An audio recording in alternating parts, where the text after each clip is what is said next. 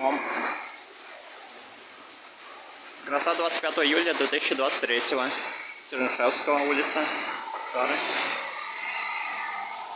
Сверкнула молния, гром. Ливень усиливается.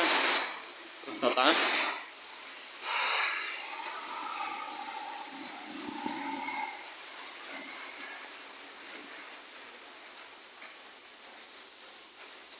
Тут уже больше, чем 0,3 мм, мне кажется, выпадет.